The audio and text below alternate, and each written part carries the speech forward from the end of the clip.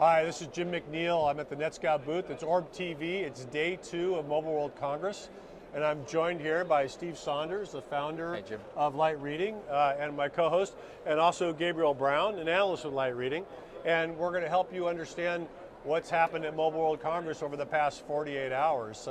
Steve, you just had a very interesting conversation with a notable individual at AT&T. What can you tell us about that? Steve McGaw at the CMO of AT&T on the business side of the company. They just announced their CapEx spend for 2017 with $22 billion. And I thought, other than the fact that that is obviously a very large amount of money, I mean, what Steve was emphasizing is just how much of that money is actually going on next generation technologies, which in most cases other service providers are still experimenting with. I mean, AT&T is actually rolling out SDN, SDN-WAN, and NFV in production networks, and it's turned the ecosystem of supply and demand in the communications industry on its head, because it's actually developing technology to be able to do that. I mean, it's installing white box networks at the edge of the network, for example. It's quite a remarkable story, and isn't it? They're driving standards, and they set the course, right? I mean, kudos to AT&T. They came out with Domain 2.0. Yeah. They said what they're going to do. They're going to cut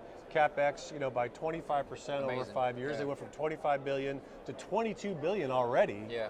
It's just substantial. Without sacrificing innovation, which is the key thing, which I think we would say there. But there was an interesting sidebar to that conversation where I was talking to Steve about the fact that, NFV, SDN, virtualization, these are the first really disruptive telecommunications technologies that we've rolled out onto networks in 150 years of our industry without standardization. What could possibly go wrong? What could go wrong? Well, everything has gone wrong, of course, and that's where he was really most passionate about the need to actually deploy the technology and create interoperability. And he just basically said AT&T's not going to wait. Not going to wait for vendors. We're not going to wait for Etsy. We're not going to wait for anybody. We're just going to move this forward. And I thought that's admirable. But at the same time, that's great for AT&T and its customers. There's a lot of other service providers out there that need the benefit of interoperability on virtualized networks. So, I think there's a role for other companies to play there as well. Well, I think it's good for the industry because it puts pressure on the competition to respond in kind, right? But I tell you what, I think that there's a remarkable contrast going on at Mobile World Congress. You'll go to some of the sessions here about 5G. 5G is just, it's on tracks, right? I mean, it's a striated process of developing technology.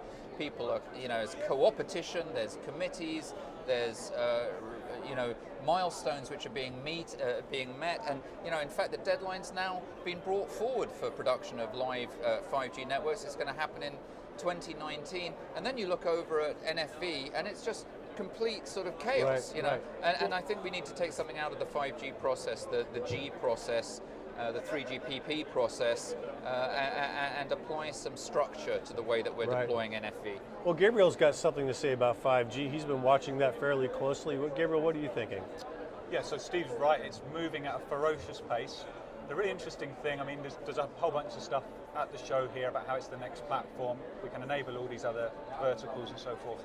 Really interesting little subplot, actually. It may even bring that timeline in by 6 months, a year to commercial deployment. So you have this group, and there's a meeting next week, 3GPP standard meeting, and you have this group of big blue chip brand name wireless companies who are putting a motion together, co-signed letter. We want to bring this forward, a freeze date to the end of 2017 for a kind of what they call a non-standalone 5G. So that's introducing a 5G radio onto a 4G core and a 4G RAM and getting out there ahead of time. Now, sounds like a great idea, right? There's a couple other really big companies who aren't so keen on the idea. So you have this little soap, psychodrama going on between them all. They're calling it a risk of not bifurcation, of fragmentation. Fragmentation. Yeah, I heard that a lot at the show, that there's a risk of that. Who are the key principles on each side? Who's arguing against potential fragmentation? Well, there's a couple aspects to this. In the end, I don't think fragmentation is going to be a problem. It's my pretty clear view, actually, at this point. But it's something to talk about. It's part of the process, right? It's a risk, yeah. So on the one side you have a bunch of people, I mean there's Qualcomm who put the news release out. It's Qualcomm, there's a mystery there. Qualcomm's trying to drive early adoption of 5G. I don't think that's a big surprise, right? But they have Vodafone, they have Deutsche Telekom, right. They have NTT Docomo. Okay, we've heard of them. A whole bunch of other carriers and a big long list of the major name equipment vendors backing them up. Okay. Fair enough. It's a good list. If you wanted a list, that was a good list. It's a good list. Right? Yeah. On the other side, you've got people like Verizon Wireless. Yeah. Verizon wants to roll out. They've got the most aggressive schedule. They've got their own 5G Verizon Technical Forum. You've got Korea Telecom, really aggressive. And they're saying, hang on, if you guys do this, what's going to happen? It's called non-standalone mode. We want to go standalone mode. We want to go full 5G, even faster. Yeah. And so there's a little tension in there amongst them, like who's going to kind of carry the day here? Will it get sorted out next week? Oh yeah, right. It's going to get sorted out next week. There's a big meeting in it'll all come together. There's a couple of really big decisions coming next week in Croatia, as Steve's saying. Yeah, I think. Look at Gabriel. He looks so confident that this is going to get resolved next week. You can just see it. My personal view is, this big long list of people are going to carry the day through kind of weight of numbers and weight of influence. Yeah. Well, having said that, I can really understand both sides because they have a good point, and it's not. I think in the end, in the round, when we look back a year or two, they don't want a stepping stone, they want a real deal. So it's kind of, I can understand both sides, and just looking at it dispassionately as an independent analyst, I can see both points of view very well. But isn't 5G a bit like asking for your dessert when you haven't finished your main? What, you mean in terms of the companies that haven't even caught up with the 4? Yeah, I mean, look, we're sitting here in Barcelona, we're all sitting on a 3G network, right? 4G goes to 100 gigabits, no, 10 gigabits, right? 5G goes to 100 gigabits. I haven't even got 100 megabits on my handset yet. Well, so what's the big rush to 5G when we... Well, I think that, what I'm hearing and what I kind of kept on getting pushback on, and Gabe's the expert here, but my understanding is it's not just like another mobile standard, isn't it? It's actually enabling a whole new world of application and service across vertical industries, across... It's a different approach to IoT. Yeah, and somebody put it quite exactly, and somebody put it quite eloquently. I probably won't do it justice to them, but they were saying, we actually don't know what this will enable, just because the capacity of it is so high that it's one of these incredibly innovative technologies which gives birth to new applications and services that we don't know of yet. Build it and it will come, right? Kind of, they will come. Is that the idea? Gabriel? I think you're right. I've met with 3 big name CTOs this week on the vendors and operators side, and all 3 of them have said exactly what you just said there. We're going to deploy this. We don't actually know what it's going to be. We kind of want to have a platform for all the different industries, all the different applications for inventors to come and work on. Now, so that's all there. What you're saying about LTE, 5G, what we call that in UK? We call that having your cake and eat it. You want 4G, you want better 4G, and that's coming. Yes. But why not have some 5G as well, and why not get on with it? Okay. Well, I'm all for it. I'd love to have some 5G connectivity on my device. I'm just wondering when we're going to finish the 4G story. I think there's some very complicated network architecture economics being puzzled over by some of the service providers at the moment of the timing, and do they skip 3 and go to 5 and all of that sort of stuff. And there are also, we have to remember, we kind of exist in a goldfish bowl. We come to Barcelona, we come to, we live in the US or we live in London or wherever, or all of the above. There are a lot of other parts of the world where this technology is going to be utterly transformative. Africa, for example. Well, they'll go from Saudi 3G Arabia. to 5G. They'll skip the whole step, right? Yeah, it's going to have a remarkable effect on the rest of the world when it does get here. So, it's not to be underestimated. I don't feel like it's just like another G standard for me personally. I think it's going to be much more disruptive than that. Well, we're going to do this a wrap up, so let's maybe hit on IoT. Sure. We had a lot of people come in and talk to me about smart cities. We had people talking about new devices, connected cars. What's your take on IoT, Stephen? I think it's a buzzword that needs to be accessorized with an application. I think we need to talk about IoT for and then insert your vertical industry, and then start talking about the business case for that industry. I think IoT is a catchphrase. It's fairly meaningless at this point because everything's IoT. It really doesn't make any difference. I think this is, not to blow sunshine at you, Jim, but I think this is an area where Netscout actually talks quite eloquently about the importance of data in networks like that and how you can actually access that data in order to create a business model, a new business model for your customers. I mean, why don't you give us an example of that?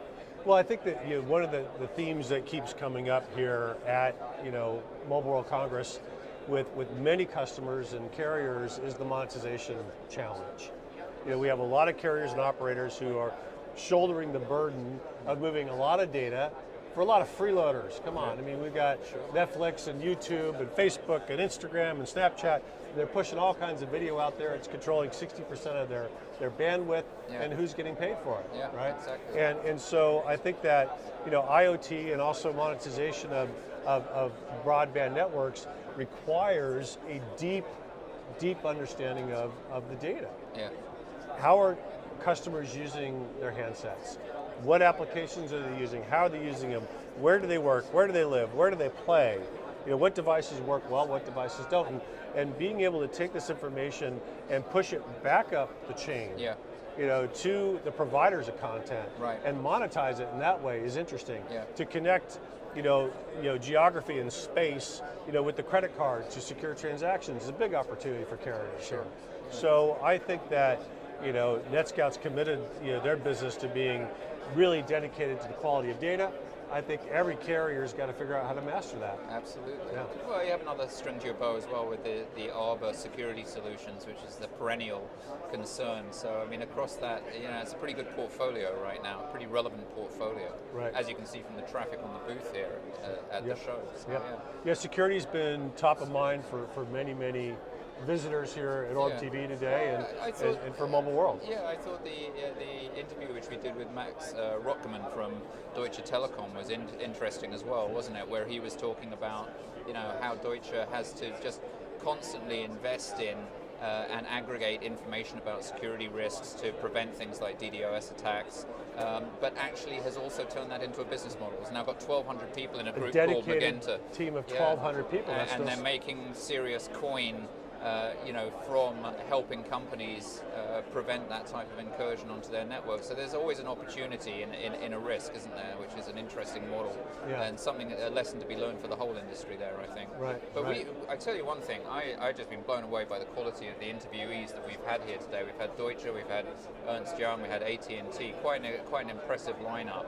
Kudos to you guys at Netscout pulling this together. Well, it's been a delight to do it. And Gabriel, you've been wandering the show. Is there any other insight you want to share with us before we wrap up? I think one little thing is, when you were here a year or two ago, VR was everywhere. Yeah. That kind of little thing, because everyone looks so silly doing it, it's kind of toned down that a little bit. Yeah. That's one noticeable thing, because I think it'll come, but you're going to realise there's a little bit of work to do before it's been replaced by robots. There are robots crawling all over the place. Yeah, you know what I think is that VR was the most appealing application that people wanted to talk about a couple of years ago. It's actually AR, which is where the real money is right now. I mean, I can think of dozens of implementations of AR, everything from fixing my car to sports to anything you like. I mean, tutorials, it all comes to life. And what was the best example of AR to date? I don't know. Do you know? No. Pokemon Go. Oh, I mean, everyone's trying to figure out, what do we use AR for? And Pokemon puts a simple game together, and all of a sudden people say, oh, that's how it works. I get it now. No, it's true. It was a great tutorial in the power of AR. Yeah, and I think a lot of people had some doors open up for them mentally when they saw what you could do. But have you tried the HoloLens, the Microsoft HoloLens? That is the toy. I mean, that's really? Is that the one to get? Amazing. Yeah, that blows the AR systems out of the water. I saw a great demo up at one of the booths. You strap the thing on. It's quite light. Yeah. You see that the demo, it's a data center rack. It shows you, it projects onto the rack how all the different components, how to take out a slot, how to put it all back together, how to order new kit off. It's a great demo. There's a few there. There's a 5G one on the Docomo booth. I mean, since the millennials have a very short attention span and they don't actually read paper anymore, that's how we're going to have to teach them how to refresh a rack, right? Is that the idea? I mean, I just thought it was interesting to me. I was over at Ericsson talking to them about some data center technology, and they were saying that they really need data centers now to operate at extremes of temperatures, which would be very uncomfortable for human beings. So they're saying, we're going to use robotics and AI and machine learning and things like that to run the data center in the future. And they had a demo of that, and they were saying this runs at really extreme temperatures. So once we've eliminated the human being, we're also going to eliminate the oxygen. So now there's no fire risk. So now we're going to have vacuum-sealed data centers running at 55 degrees. I mean, really amazing. That's really interesting. Stuff. And I think that's the other theme I've heard a lot of. When we were looking at the rollout of broadband, one of the things we all heard a lot about was eliminate the truck roll. Yeah.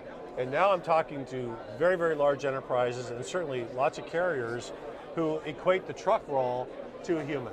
Yeah. Let's eliminate the human, element and activity, which is what automation is all about, right? Yeah. So we want to be able to do deployment of circuits, provisioning of capabilities and new ideas and new services without having to deploy a human. We are going to go through a very, very dark period of time before we get that right, though.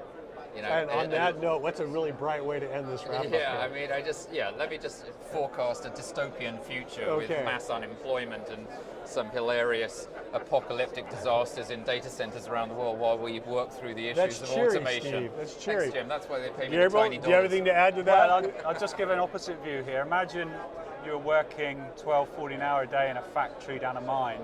Imagine that's your kids having to do it. You'd quite like a robot to take that over, no? That's very true. I'm with that's that. going to happen within 5 years, right? Yeah. That's Well, what I will take the utopian view, Okay. and I'll say that all of us are going to live the life of Downton Abbey. We won't have serfs on the land, but we'll have robots and software-defined networks, and we'll all just get a standard, income from the state. The mug's half empty. Did you hear what Bill Gates said about robots? No. He said if you're replaced by a robot, that robot should pay income tax. Yeah. So if you're doing a job for $50,000 and you're replaced by a robot, that robot should replace you in the tax feed. Yeah, right? sure. It's an interesting idea. It is. It Okay. is.